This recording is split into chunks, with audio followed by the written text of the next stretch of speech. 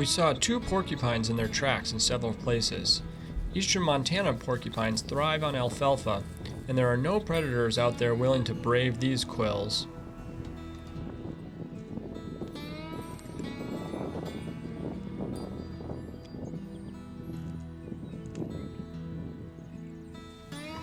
Baird sparrows were heard singing in uncultivated lands around the property. This one's in CRP land. In 3 days on the farm, we saw about 20 antelope, 3 mule deer, and 1 whitetail. There were hundreds of antelope last year and several groups of mule deer. Those that survived were fattening on the wheat and alfalfa. We saw chestnut-collared longspurs all across the property.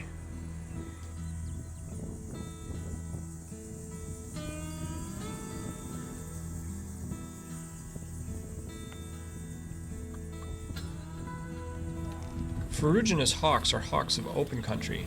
Their name comes from the rusty coloration of their wings and back. The ferruginous hawk is the largest of the soaring hawks in Montana. They eat mostly medium-sized mammals, including jackrabbits, pocket gophers, and ground squirrels. They may also eat medium-sized birds like the western meadowlark. Ferruginous hawks nest on the ground, in a tree, or on a rock outcrop like we saw on the Angela farm. They may maintain multiple nesting locations within a territory, altering nesting site from year to year. In Montana, eggs hatch in late May to early June and young fledge from late June to early July. The ferruginous hawk is considered a sensitive species in Montana. In 1991, it was petitioned for listing under the Endangered Species Act, but insufficient data precluded a listing. It is sensitive to human disturbance in the breeding season and tends to nest away from human activity.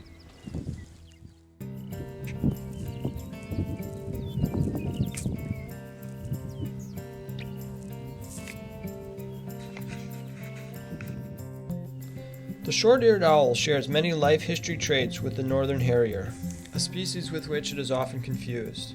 The pulsing or moth-like wing beats, dark wrist patches, and overall light coloration are definitive field characteristics. Unlike most owls, the short-eared owl is active during the day and nests on the ground. These 2 owls both appear to be males, based on the light coloration of the belly. It is not clear what they were fighting about, though it is likely that they were not fighting over a mate. Short-eared owls' breeding begins as early as late February or early March. In late May, breeding pairs should already be established and may have young at nests close to fledging.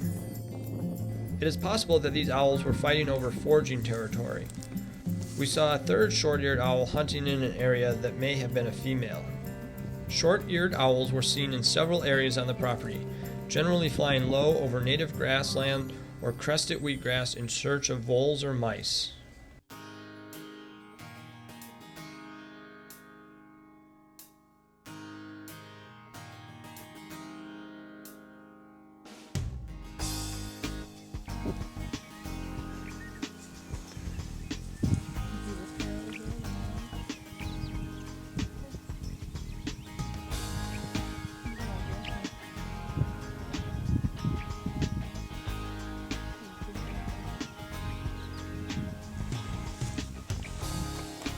I think it's a male and female shoveler, and then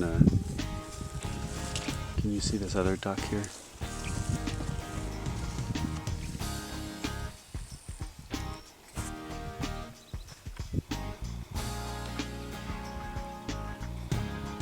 The pond is covered in birds.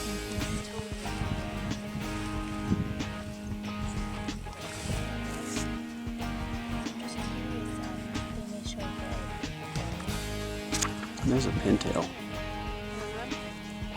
And right next to the shore.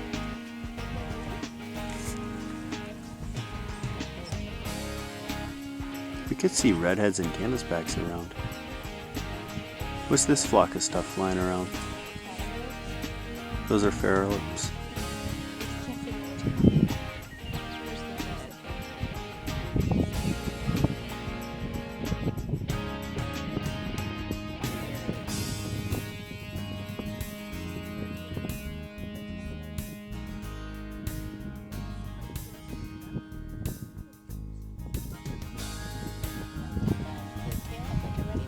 Yeah.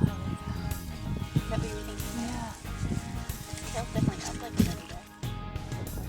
chorus frogs sang from every puddle and waterway.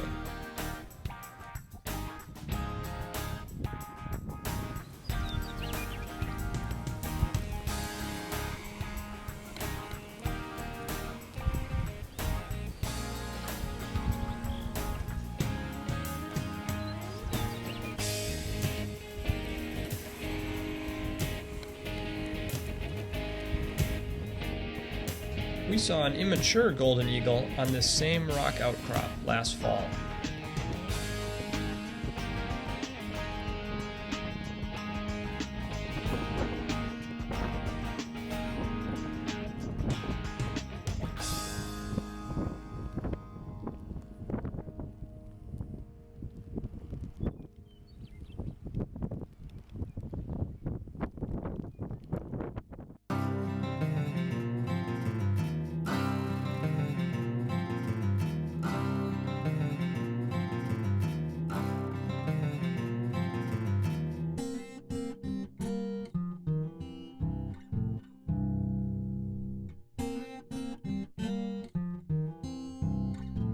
This loggerhead shrike was seen in a neighbor's hedgerow.